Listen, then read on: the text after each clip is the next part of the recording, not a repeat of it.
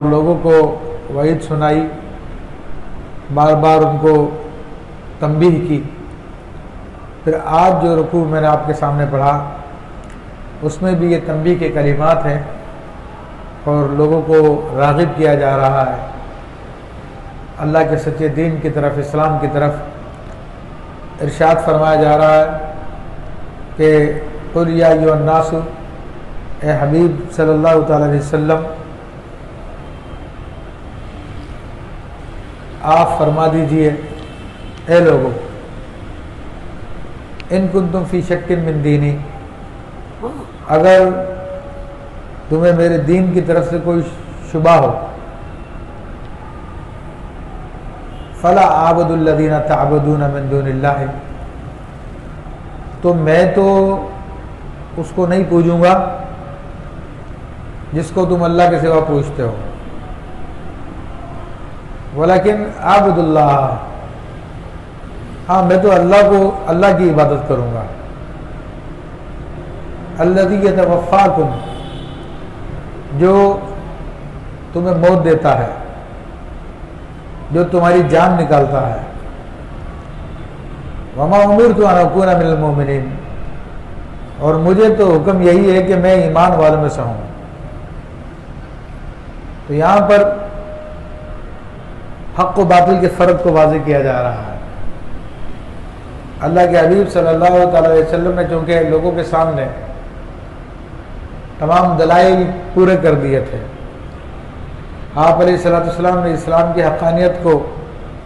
واضح کر دیا تھا، عقلی اعتبار سے بھی واضح کر دیا تھا، اور معجزات کے اعتبار سے بھی آپ نے واضح کر دیا تھا۔ جو معجزات کی انہیں ڈیمانڈ کی، آپ نے اکثر وہ معجزات آپ نے دکھا دی ہے، تو اس کے باوجود وہ ایمان لانے کے لیے تیار نہیں تھے۔ تو ان کو کوئی شک تھا یا اپنی نفسانی خواہشات کی وجہ سے وہ لوگ اڑے ہوئے تھے اپنے باطل مذہب پر، بتوں کی پیروی پر۔ تو آپ علیہ الصلوۃ والسلام نے فرمایا ٹھیک ہے، اگر تمہیں میرے دین میں شک ہو تو مجھے تو کوئی شک نہیں اپنے دین میں تو ان بتوں کی پوجا نہیں کروں گا جن بتوں کی تم پوجا کرتے ہو اللہ کے سوا، یعنی تم بتوں کی پوجا کرتے ہو تمہارے اپنے ہاتھ کے بنائے ہیں، اور یہ عقلی اعتبار سے بھی خدا ہو ہی نہیں سکتے کہ جن کو تم اپنے ہاتھوں سے تراش رہے ہو اور جب چاہتے توڑ دیتے ہو، تمہارے لیے کوئی مسئلہ نہیں ہے، تو وہ بت تمہارے خالق اور تمہارے معبود کیسے ہو سکتے ہیں؟ تمہارا دین تو سراسر جھوٹا ہی ہے،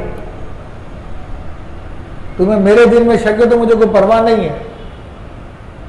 میں تمہارے دین کی پیروی نہیں کروں گا، بلکہ میں تو اس اللہ کی پیروی کروں گا،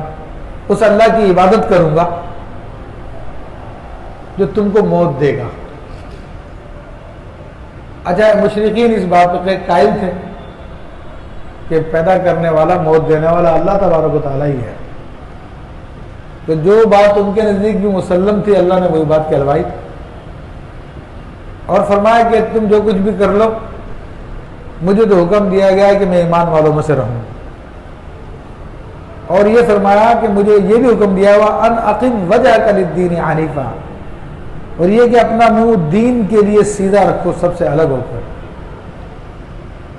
یعنی اپنے منہ کو، اپنے چہروں کو دین اسلام کی طرف رکھو،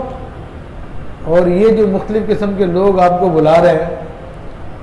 کچھ لے اور کچھ دے کی بنیاد پر شراکت کرنا چاہتے ہیں، کیونکہ ان کی طرف سے یہ بھی آفر آئی تھی،